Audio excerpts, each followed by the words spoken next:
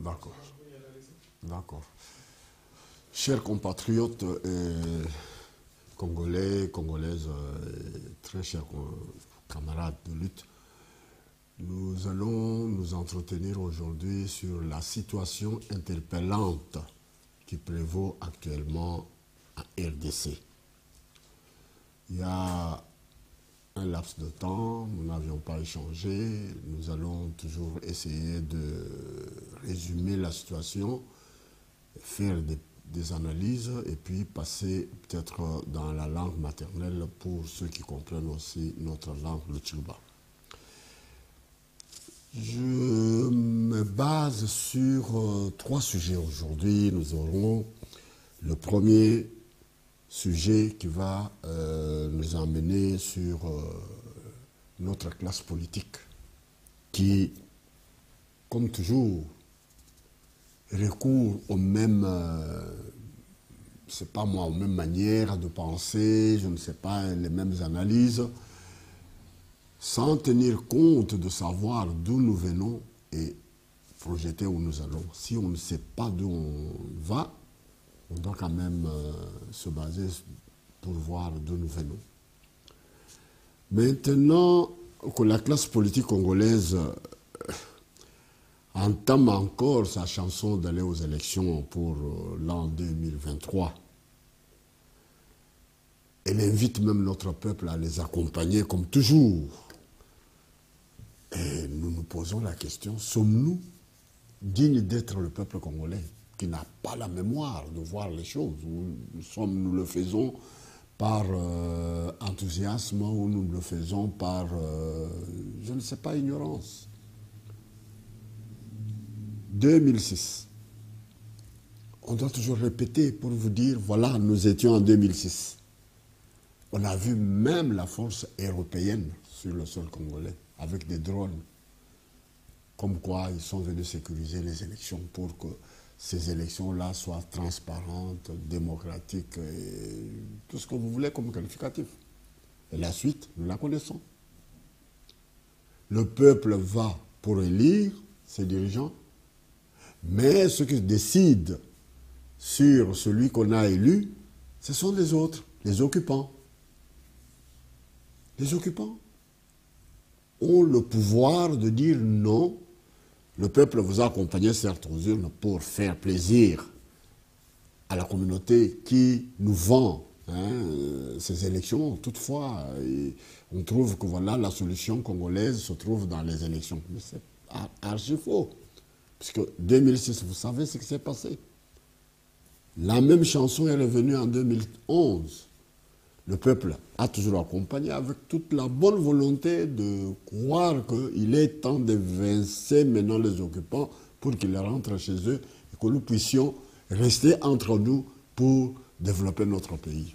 Non, c'est toujours les occupants qui décident de qui ils veulent mettre à la tête de notre pays.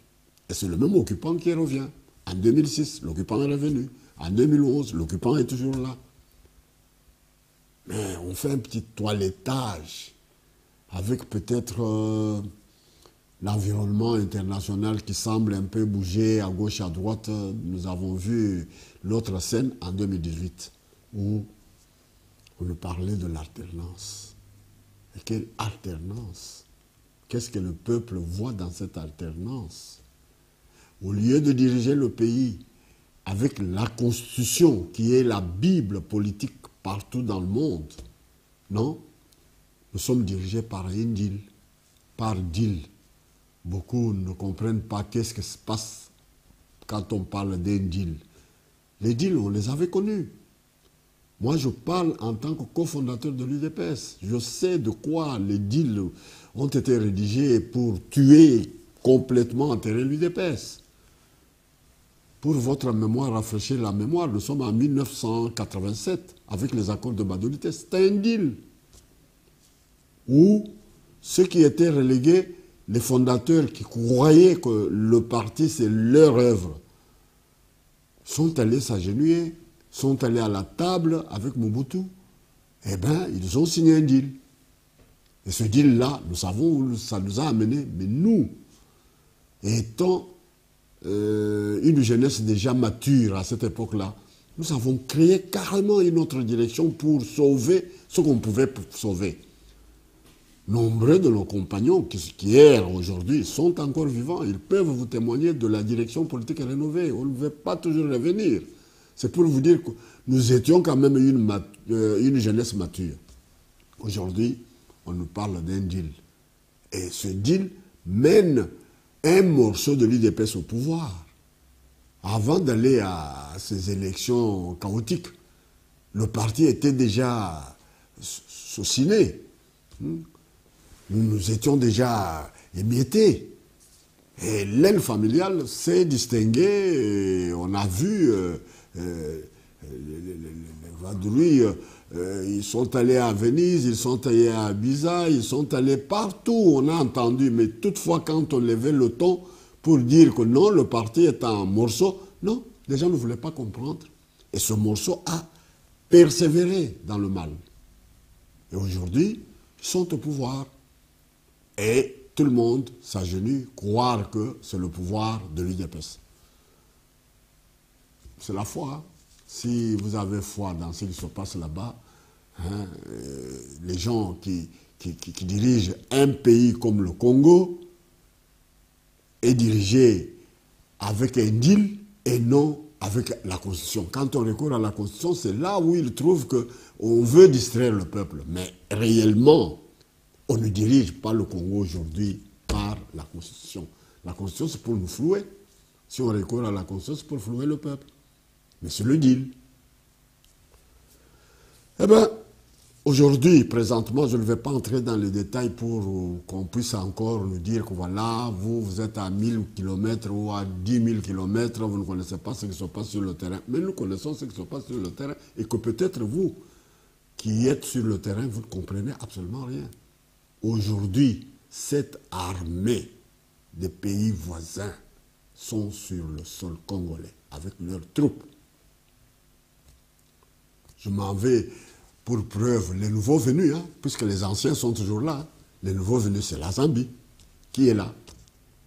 Le Sud-Soudan qui occupe depuis un certain temps les Mbororo qui sont à Kisangani et aujourd'hui une partie occupe aussi les Dungu et Niangara, tout ça. Et vous allez à l'Équateur, vous voyez les troupes centrafricaines. Ils sont là-bas.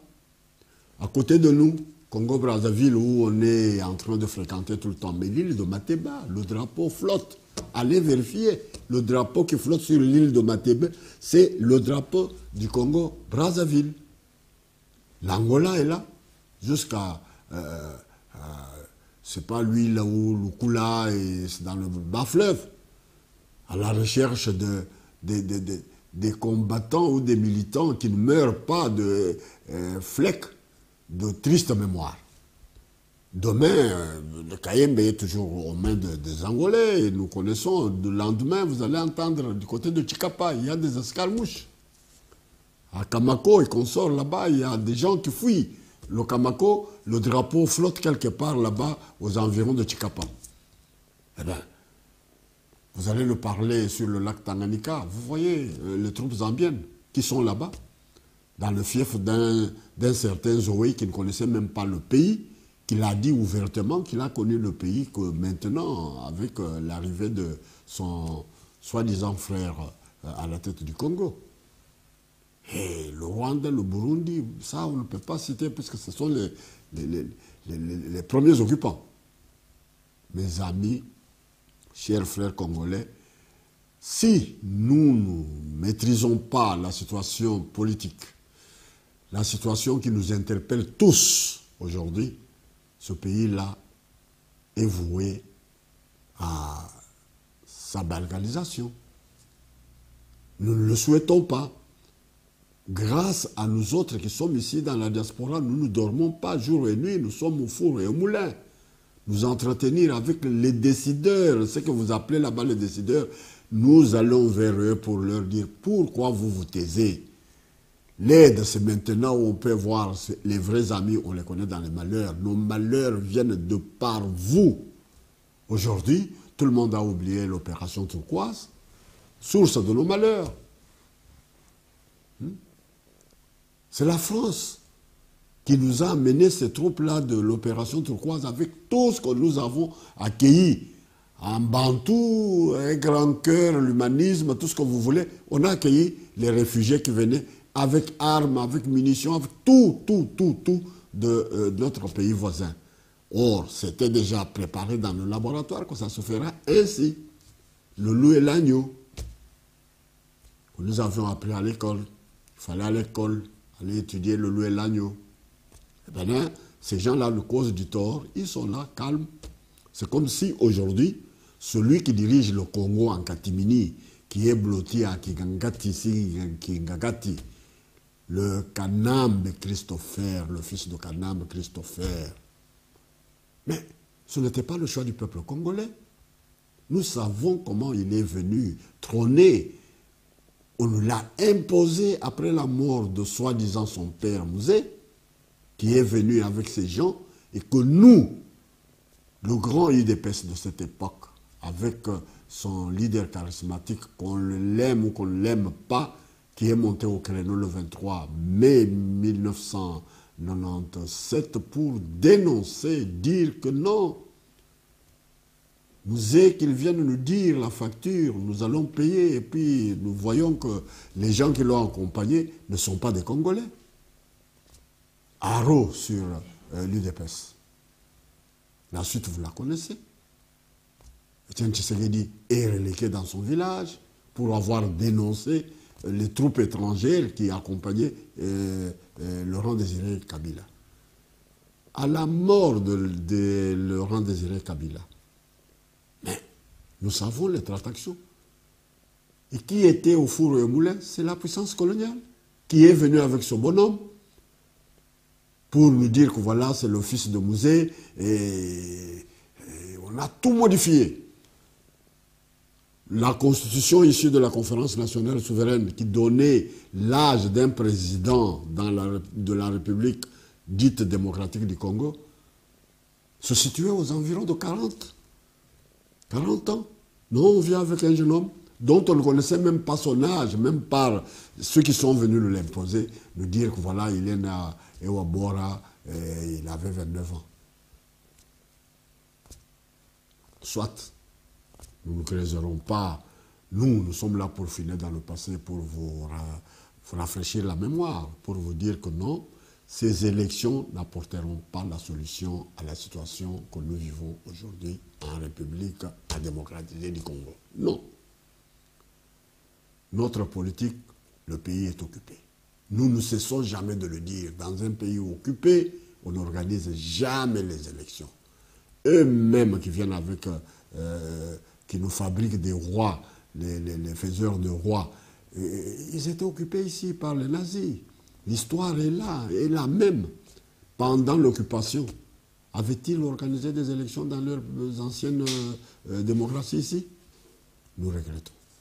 Nous ne comprenons absolument rien. Mais nous nous adressons à notre peuple. Nous voyons bien que le travail que nous faisons de diffusion, de parler avec notre peuple, la masse, notre peuple commence à se réveiller.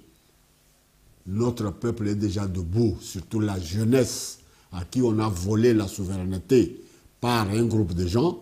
Mais dans le deal là-bas, ils n'ont pas tenu compte de la jeunesse. Mais on parle de la jeunesse, on vous dit l'article 64 de la Constitution. Mais personne n'applique la Constitution dans ce pays-là. Le pays est dirigé par un deal. Je dis et je le répète, ils n'ont pas besoin de cette feuille de Liège. Non, ils n'en ont pas besoin de cette feuille de route de Liège. Ils y recourent pour leurs intérêts, mais pas pour l'intérêt de la population. Je ne vais pas m'éterniser, mais je vous ai dit, cette armée, Kinshasa, silence radio, ils n'en parlent même pas, on ne tient même pas le peuple. On ne leur donne pas une information sur ce qui nous arrive à l'est du pays. Tout est bloqué à Kinshasa. On parle de Covid-19, ok, nous voulons bien. Mais dans le Covid-19, c'est un des chapitres que je vais un peu toucher vers la fin. Mais ce sont les détournements. Le gouvernement détourne les fonds des deniers publics, le peu qu'on a dans les caisses. Ce sont des voyages interminables de ceux qui nous dirigent. Tout ça au vu aussi de ce peuple-là qui broie du noir. Le taux d'échange aujourd'hui, qui en parle? Nous voyons une dame là-bas qui vient avec une baguette dans un parlement, des gens qu'on est censé parler pour le peuple, pour leur tenir en haleine que voilà, le prix du pain a augmenté. Mange-t-elle ce pain-là qu'il avait amené au Parlement? Elle? On se moque de qui? Du peuple congolais, bien entendu. Eh bien, je passe au deuxième point qui parle du regret du monarque belge à la République démocratique du Congo. Chers frères et sœurs congolais, ce pays qui traverse une crise jamais connue sur le plan de la mortalité, 12 millions de morts, c'est toujours eux qui proclament. Nous n'avons pas encore fait une véritable comptabilité nous-mêmes. Quel est ce Congolais-là qui peut se permettre de nous dire si réellement il y a eu 12 millions de morts? Quel est ce Congolais qui peut nous dire, même si on rabaisse, on dit même 5 millions de morts, 6 millions, qui les a comptés? Il n'y a qu'eux qui sont venus avec ce bonhomme-là pour assassiner, pour tuer le peuple congolais, qui publient dans leur rapport, ils envoient leurs experts, comme si dans ce pays-là, nous n'avons aucun expert. Ils n'ont même pas le temps de faire cette comptabilité macabre. Et pourtant, vous verrez les gens qui s'appellent, nous sommes des statisticiens. Nous avons fait des cours de statistique. Mais le recensement, c'est déjà au passé. Personne n'en parle. Nous sommes envahis, nous sommes occupés. On s'habitue. C'est normal. Et pourtant, je vous dis que tous nos malheurs nous viennent de l'extérieur. Beaucoup d'entre nous, dans nos discussions, on dit « Ah non, il ne faut pas accuser ». Mais non, c'est notre droit, c'est notre analyse, c'est notre regard quand nous voyons ce qui nous arrive depuis 1960. Vous n'allez pas toujours dire que le Congolais est bête, puisque nous voulons trop nous culpabiliser. Même là où nous ne sommes pas coupables, nous voulons toujours... Ah, c'est nous-mêmes, puisque les Congolais... Mais qui sont ces Congolais-là qui nous dirigent? Mérite-t-il être à la tête de nos institutions et de nous diriger de la manière dont... Mais non. Même en 1960, pour être député ou pour être bourgmestre, il y avait quand même un critère. Dans ces critères-là, sinon on allait prendre tous les chefs de village, les faire des bourgmestres, les faire des chefs de l'État, parce qu'ils ont dirigé, ils n'étaient pas à l'école, mais ils ont dirigé. Quand même à l'époque, on allait faire ça. Mais aujourd'hui, où en 1960 on disait le pays marche mal puisqu'il n'y avait que 10 universitaires. Et aujourd'hui, vous en avez combien? Et c'était vrai. C'est la chanson qu'on a mis dans les têtes des Congolais que pour diriger ce pays-là, il faut être un universitaire. Donc il faut être un savant pour qu'on... Non. Je ne cesse de vous rafraîchir la mémoire hein, avec le discours tenu par Étienne Tshisekedi au premier lauréat quand ils ont terminé à l'ENDA en 1961 ou 1962, s'il vous plaît. Le diplôme que l'on obtient après les études supérieures n'est qu'une prétention de savoir. On quitte la vie de l'école pour aller à l'école de la vie. Et lorsque nous allons à l'école, ce n'est pas pour devenir intelligent. C'est pour, finalement, mettre nos capacités innées en évidence. L'homme n'est bête ou intelligent. Et si par un mauvais hasard, tu es né bête, tu le resteras même après les études supérieures au 3e degré, même après 3 doctorats, puisque tu es un homme bête qui appartient au sang bête. Point de citation. Étienne Tshisekedi Wamuluma, au lauréat de l'École nationale de droit et d'administration en 1961. Chers frères et sœurs, le pays nous appartient tous.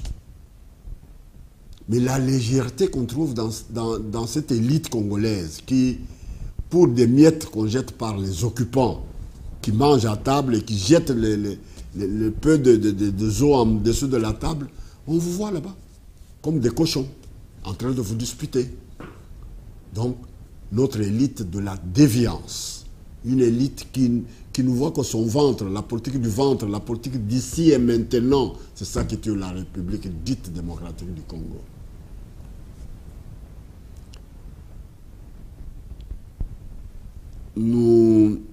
Les élections dont on veut organiser en l'an 2023,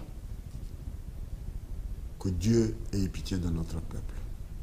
Que ce peuple-là se réveille à temps pour voir que non, ce sera toujours le même simulacre de 2006, 2011, 2018, tant que les occupants, tant que M. Kanambe et tous ses lieutenants sont toujours dans ce pays-là de Lumumba, ils n'ont pas frappé leur mea culpa, à l'instar de nos amis belges dont le monarque vient de présenter les regrets.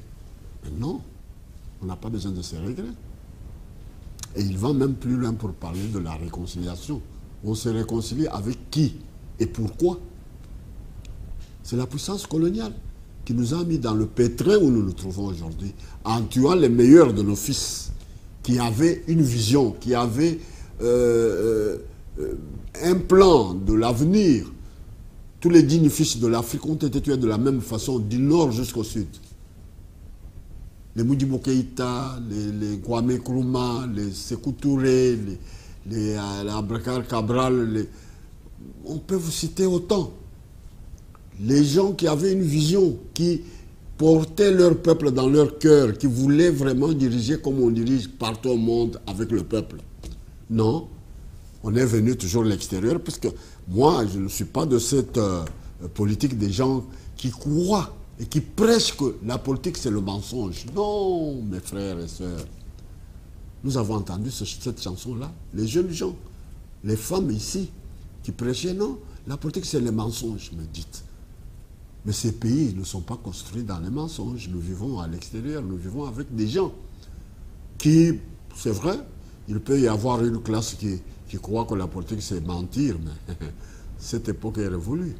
Aujourd'hui, avec l'époque de la technologie avancée, vous venez pour mentir, c'est dommage. Très dommage. À ce regret, nous n'avons pas entendu la puissance coloniale regretter les 12 millions de morts. La puissance coloniale ne regrette pas les 7 armées qui sont sur le sol congolais présentement. Il n'y a pas de regret. Puisque le Rwanda et le Burundi viennent voler les matières premières chez nous et toutes les puissances là vont récupérer ces matières à partir du Rwanda et à Kigali et ailleurs.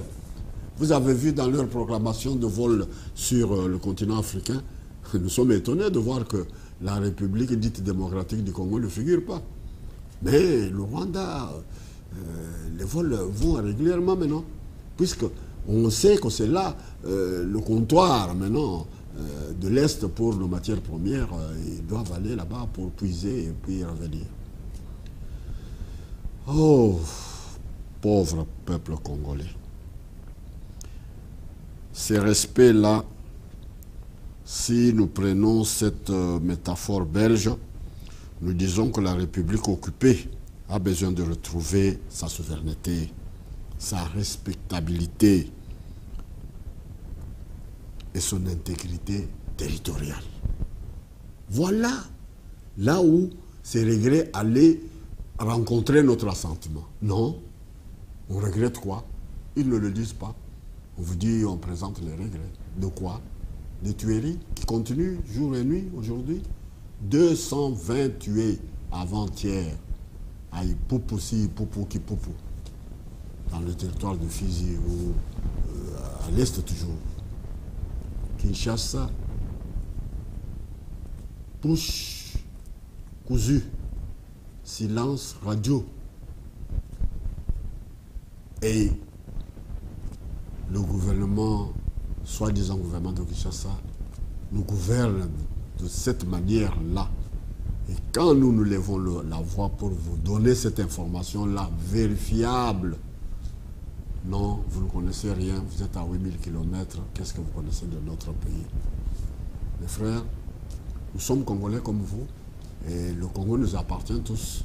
Si nous sommes venus ici à l'extérieur, ce n'est pas pour venir dormir sur nos lauriers, croire que voilà, non, mais c'est le physique hein, qui est avec nous ici, mais l'esprit et notre âme, c'est au pays de nos ancêtres. Ce pays-là nous appartient bel et bien beau. Il y a des milliers et des milliers de dignes fils. Je ne cesse de vous dire que si cette Afrique aujourd'hui, du nord au sud, a été libérée dans le temps, c'est par les meilleurs de leurs fils qui étaient dans la diaspora. Mais la nôtre, vous la traitez avec légèreté, avec mépris. Nous ne comprenons pas pourquoi. Et pourtant, nous sommes là pour vous donner les informations fiables, puisque les faiseurs de nos malheurs, c'est ici. Si vous perdez votre temps en croyant que c'est le Rwanda, le Burundi, fabriquent-ils des armes? Ont-ils la capacité de payer toutes les matières premières qui sont... Même s'ils ont quelques usines de transformation, mais ils ne connaissent rien de ce que les Occidentaux font avec nos matières premières. C'est là où moi je ne suis pas d'accord avec les gens qui se culpabilisent pour dire la faute c'est de nous-mêmes Congolais. Non, non, non, non, non. Nous avons aussi des fautes puisque nous avons des collaborateurs, nous avons des traîtres qui connaissent ce que nous disons ici mais ne peuvent jamais vous le dire. Ils sont là pour leur ventre, ils viennent là-bas pour vous flouer, dire que voilà, si vous me mettez à cette place-là, je vais faire des miracles pour que... Non, ils vous trompent. Mais ils sont là.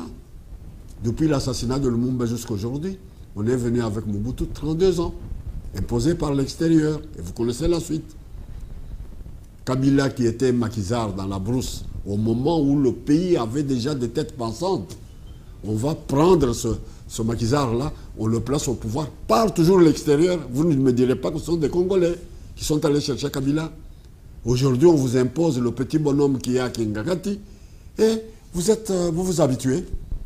Et vous ne savez même pas les origines. Qui l'a imposé à la tête du Congo? C'est l'extérieur. Ce n'était pas le choix du peuple congolais. Nous sommes désolés de voir nos penseurs, nos têtes qui disent « Ah, c'est la faute des Congolais ». Non, vous n'avez pas encore fauté. Nous savons qu'il y a beaucoup de traîtres parmi nous. On s'en occupera. Occupez-vous de ces traîtres-là. Vous ne voulez pas vous en occuper. Mais nous, nous sommes à l'extérieur. Hein, où nous tenons ce langage aux décideurs qui commencent à faire maintenant l'hypocrisie. Ah, mais oui, ce que vous dites là, c'est juste, mais essayez de le faire partir. Comment? En venant avec ce bonhomme-là, vous ne nous avez pas demandé notre concours. Maintenant, pour le faire partir, il doit tuer. Vous l'avez amené pour qu'il vienne nous tuer. Nous sommes les non-violents, mais vides. Quand nous venons pour prendre les armes ici, vous connaissez la suite. Hein?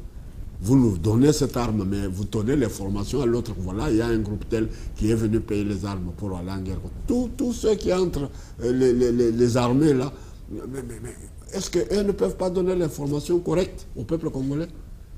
Donc, mes frères et sœurs, soutenons-nous. Je ne vais pas m'éterniser sur les fautes commises. Elles sont déjà commises, mais c'est que nous ne voulons pas que la puissance coloniale vienne avec des regrets, vienne avec c'est pas moi, des thématiques qui nous dépassent pour nous dire que voilà, non, non, non. Ils n'ont pas regretté les 12 millions de morts, ils n'ont pas regretté ce qui se passe aujourd'hui. 220 morts viennent de mourir à Kipupu, et ils n'ont pas regretté les armées qui nous occupent. Ils ne regrettent rien. Ça, c'est une façon de nous présenter leur hypocrisie. Nous saluerons notre puissance coloniale s'il va nous aider à faire partir les occupants qu'ils ont amenés sur notre sol. Ce n'est pas le peuple congolais qui est allé chercher les occupants. C'est comme à l'époque, si on nous parle de la colonisation, personne du Congo qui est venu chercher les colons pour venir nous coloniser. C'est la même chose aujourd'hui. Mais nous y allons avec toute notre intelligence, avec les dignes fils qui sont ici à l'extérieur, avec notre intelligence, et nous savons comment nous allons en découdre avec cette situation. Et ce n'est pas pour plus longtemps. Je m'en vais plus vite vous parler du Covid-19. Mais inutile de m'époumoner, hein, puisque toute l'Afrique, je crois, si vous avez les yeux pour voir, vous avez les oreilles pour entendre, mais les autres gouvernements se sont occupés de leur peuple dignement. Des milliards ont été décaissés pour aider le peuple à s'en sortir. Mais chez vous, là-bas, ils sont là pour gonfler les listes. Ils payent même les cadavres. Nous connaissons tout ce qui se passe sur le terrain, quand bien même nous sommes.